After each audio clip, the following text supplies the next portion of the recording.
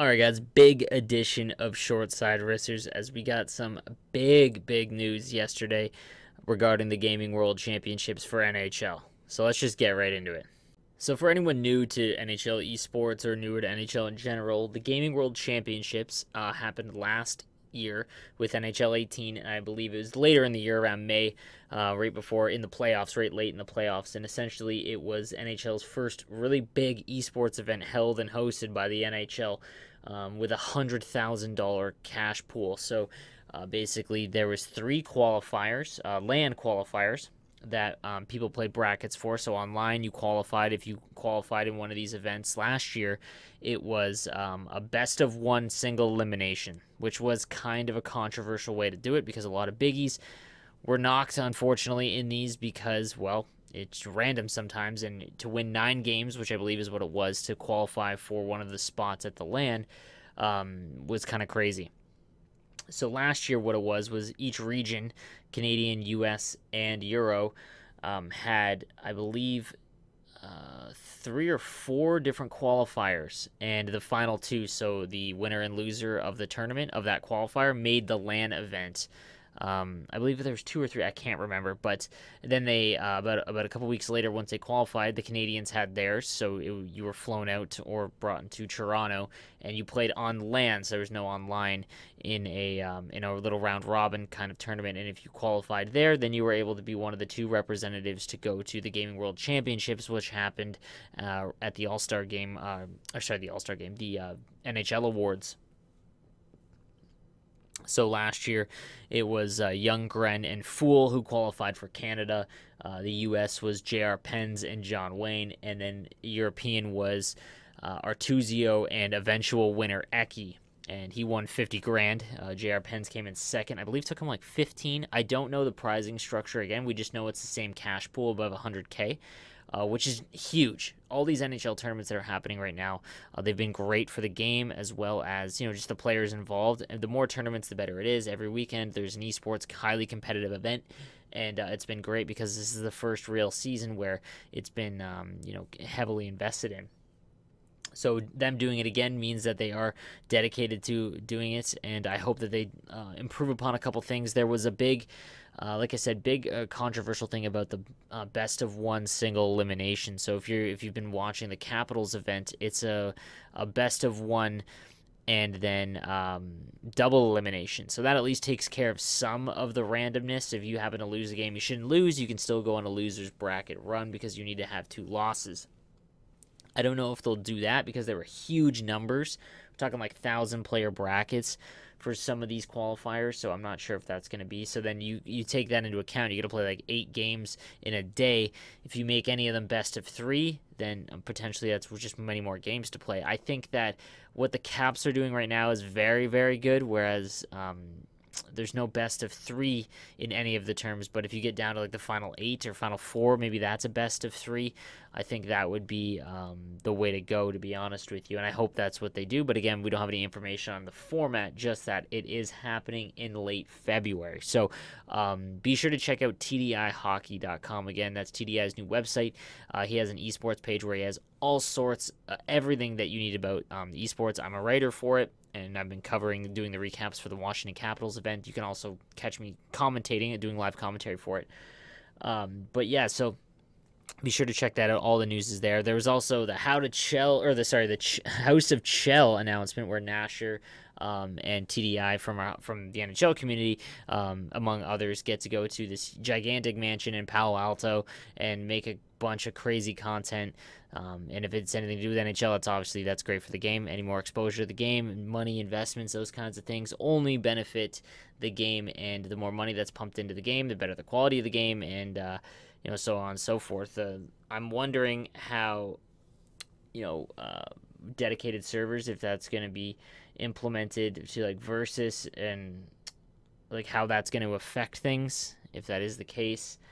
Because right now, like the connections have been pretty good for the Washington event. That's allowed Euros, but thank God that, like, again, that isn't the case in the Gaming World Championships because again, you qualify in your own region. So when you're doing the online qualifier, Canadians are just playing Canadians. Now there are East Coast versus West Coast games, and those could be bad, but Again, it's not going to be anything crazy where you've got to connect to a European player and you're like in Vancouver, So I'll be sure to keep you guys updated every day that I hear anything new, but it is dope that they are going to have a second season of the Gaming World Championships in culmination with all of these other events like the Leafs and the Capitals and the Jets and the Red Wings, among others. So again, just stoked, great to see for the community.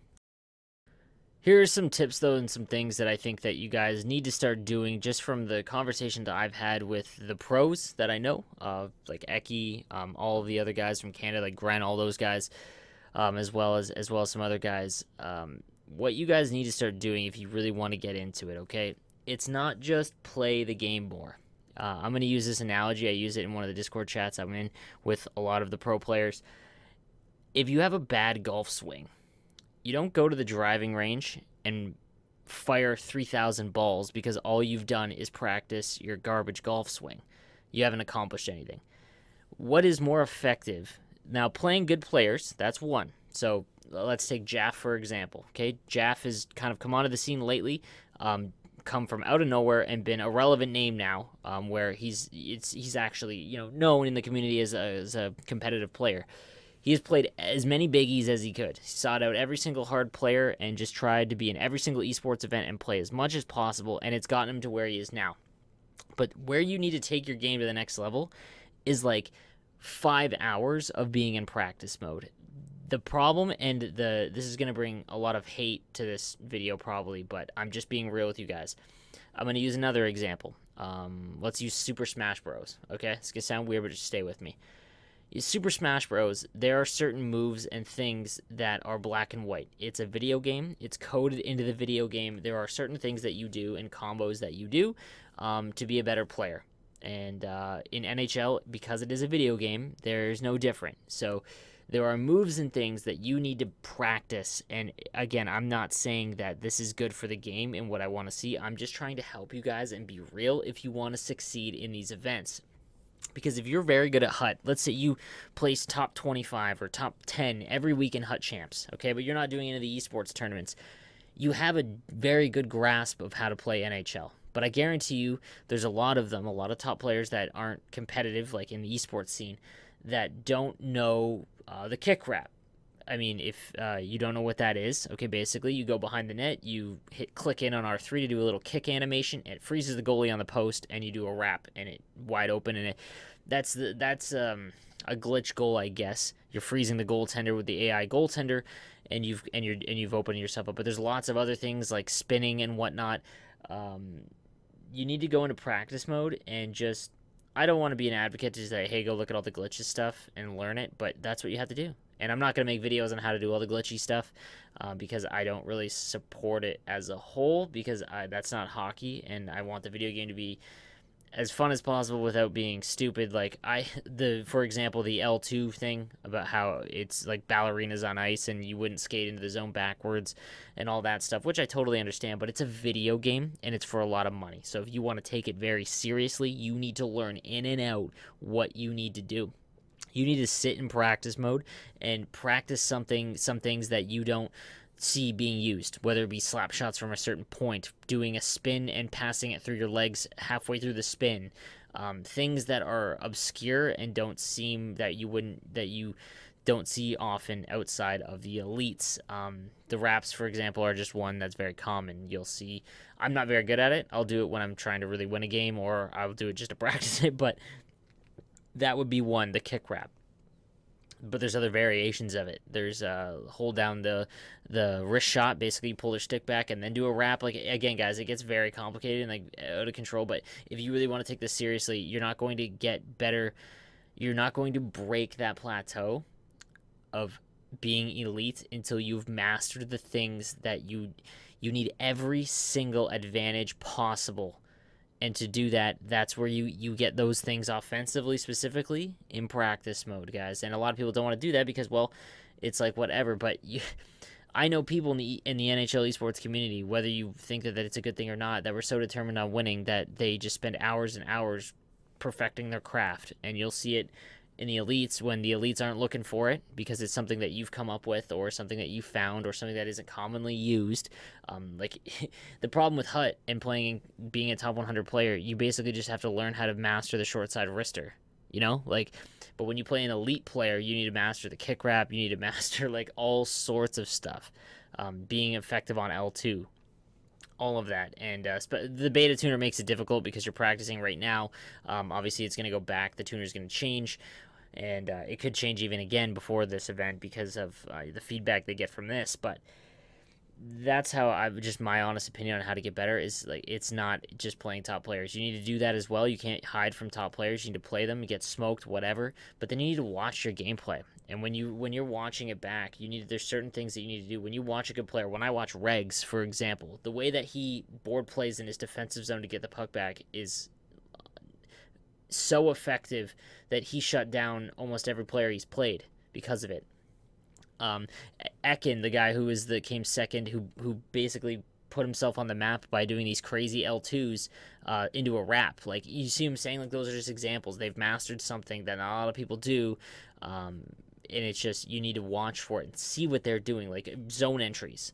So, like, when you're watching a game, don't just watch how they score, watch how they enter the zone, because entering the zone is really common every single time that you enter the zone. It's not going to be different every time. Like, a lot of the times, okay, there's a guy rushing you. What is someone like Regs or Gren or, Mivians? What do they do in that situation? You watch those things, and watching good players will just make you better. But you need to understand what you're watching for. It can't just be the goals. How do they set up those goals? That's what's just as important. And again, guys, I'm just giving you the tips and the honest, real truth about how you're going to get into a level where you can really compete with the big boys in NHL. And if you don't want to, that's fine as well. I'm just, again, telling you, if you are interested in it and you think you're good, then this is how you take it to the next level.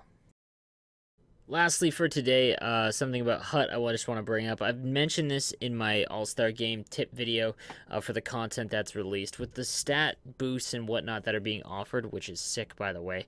If you don't know what's happening, basically how they perform in the skills competition as well as in the actual All-Star Game, it will give them a boost.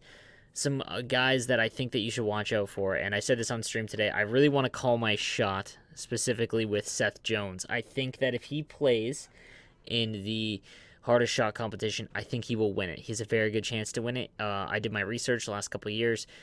He's done it before, and all the players that had beaten him or even come close to him aren't in the All-Star Game this year. Stamkos has a very accurate slap shot, but it's in the low to mid 90s. Brent Burns, he doesn't make his money on slappers, he makes it on wristers, so it's just something that I think you should watch out for. I think Seth Jones will win that, and that's a 99 slap shot power and accuracy and a rowdy, which makes him insanely valuable. Same with Crosby. He has a very slow card, and you can actually get him for like 400k right now. He dominates the accuracy competition where you have to pick corners. He could very well win it again, making it 99 wrist shot power and accuracy. If he scores a couple goals in the actual All-Star Game, and you have BU, you could have one of the best wingers in the game all the way up to Team of the Year. So, guys, again, it's just something I would consider. I would stay away from the guys like Nathan McKinnon and McDavid and Goudreau because they're the ones that are going to win the speed competitions. But even if they win those and get those stats boosted to 99, like, they're already so high, they're really not going to improve all that much. Whereas the shot ones are insanely important because with BU, McDavid and McKinnon are already fast, like as fast as can be. But if you give Seth Jones, who you can get for like 250k right now, 99 slap shot power and accuracy, man, just, again, guys, just something to keep in mind. And you have to watch because the skills competition is on Friday, I believe, this year. So you have to be sure that the second that you see who's going to play in which competition, that's when you need to go attack the market and do it very quick because prices will change once those competition, the 5 members for the accuracy and hardest shot competition are announced specifically. Alright, guys, so let me know what you thought, and if you have any questions for me or whatnot, just let me know in the comments section. I'll be sure to answer it on tomorrow's podcast. Thanks for listening. You guys have a good one.